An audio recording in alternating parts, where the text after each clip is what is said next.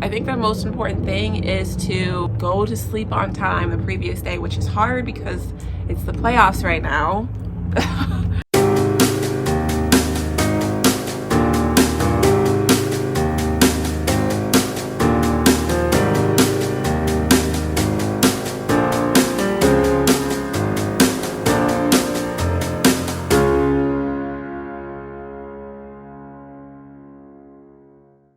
I know I've been talking a lot about overtime and trying to do less overtime this year, but I've also been talking lately about money's been a little bit tight with us trying to pay on our mortgage, and the amount of money that we're bringing in is not much more than the amount of money that's going out.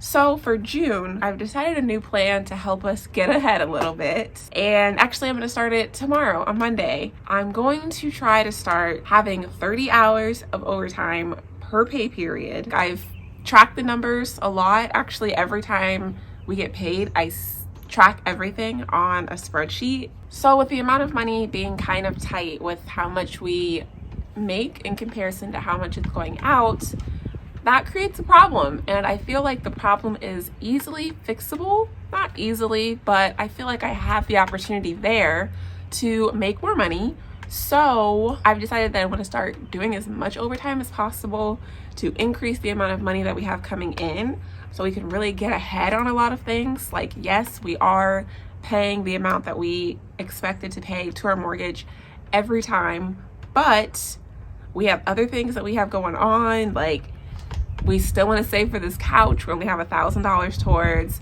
Starting to have some issues with our floorboards that I personally feel like should be covered under warranty, but they only cover it for so long, like a year or so. And of course, they're quoting like $120 an hour. And who knows how long it'll take them. They're coming to look at it next week. But just things like that, that we might end up having to pay stuff for, that we just want to have more money set aside. I've also been seeing a physical therapist lately, and the physical therapist thought it'd be covered, but my insurance is saying it isn't covered. And if I really want to keep going there, I'm going to run out of the money I have set aside on my health savings account to pay for all of that.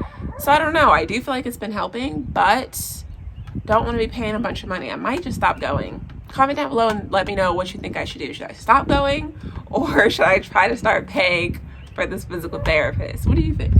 I think you should go as long as your pain is resolved and see how it lasts. If it doesn't work after a while, then maybe we can talk about not going. But I think your health comes first, so I would try for that first. Yeah.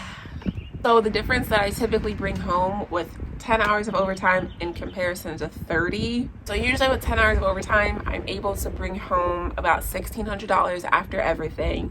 With 30, it's more like $2,200. That's a difference of like $600. That is too appetizing to pass up. Doing that 2 times a month, that'd be an extra $1,200 a month that we could put towards whatever we need. If I start tomorrow, Monday, then we'd see that money as soon as our June 2nd paycheck. The plan is to start Monday, tomorrow, and then do it throughout the whole month of June. June is already a 3 paycheck month. So it should be a pretty lucrative month for us. Also, Dennis is also gonna work a little bit extra. 1 week in June, I'm going to be working 5 days straight, and that's 5 12-hour shifts. And I was doing that quite often when we were building the house. I was working about 5 days a week for quite a while we were saving up for our down payment. And yes, it is pretty draining to do that, but it's worth it to see the extra money come in.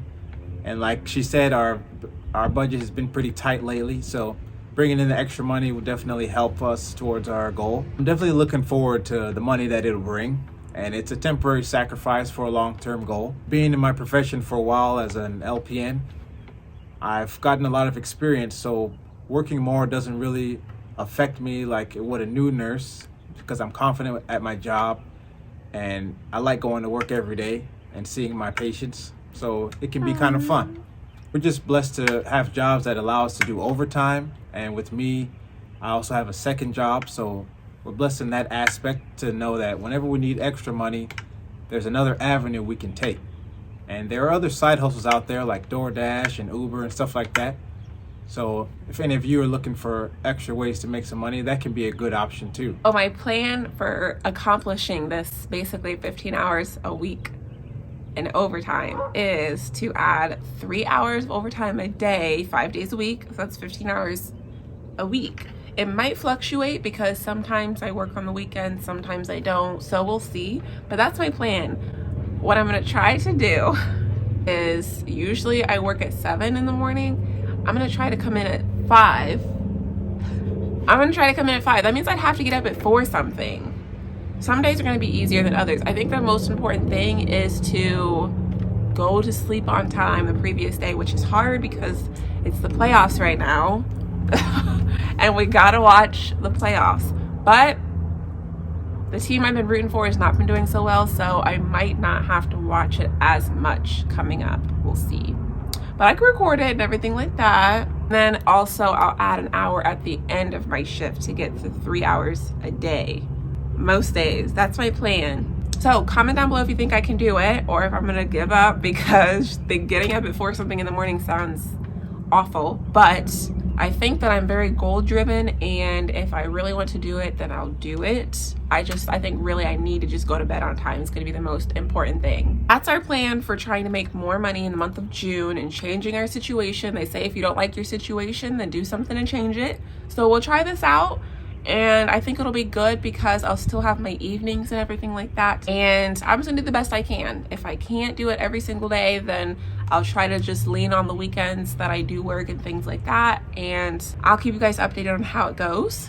I challenge you guys, if you are also trying to make some extra money in June, to set small goals to try to achieve a bigger goal. I feel like we've been needing extra money, and I messed around with some numbers and found a way to get it done, but now we just have to actually do it.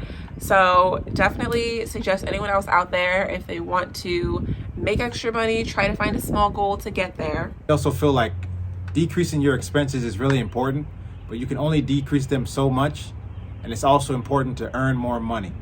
And whether that be through overtime or investing in yourself or getting a second job. Speaking of decreasing your expenses, usually since we paid off all of our consumer debt, we've been using Instacart, but a couple of weeks in the past month, I've been going grocery shopping in person. The main thing that's hard for me as far as like grocery shopping is super big stores, and it stresses me out. Like, it kind of makes me a little anxious going in grocery stores that are super big. But Aldi is small. If you have an Aldi in your area, definitely try it out. And it doesn't take as long to do grocery shopping. We've been saving money, not having to like tip our shopper and service fees. And Instacart, like, the grocery stores will make the price that you pay on Instacart more than you would pay in person. So overall, saving money. We do have an annual membership to Instacart, so I think we're still going to try to use it at least maybe once a month. It also depends the day of the week you go grocery shopping. If you like to go on the weekends during the afternoon, it's going to be really busy. So we try to go during the weekday, maybe after Seneca gets off work.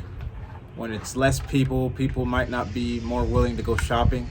So that way it's less stressful and less people there at the store, and that helps us. But it's definitely been helping us reduce our expenses, even if it's a little bit, even if it's $100, that's money that we wouldn't have had before.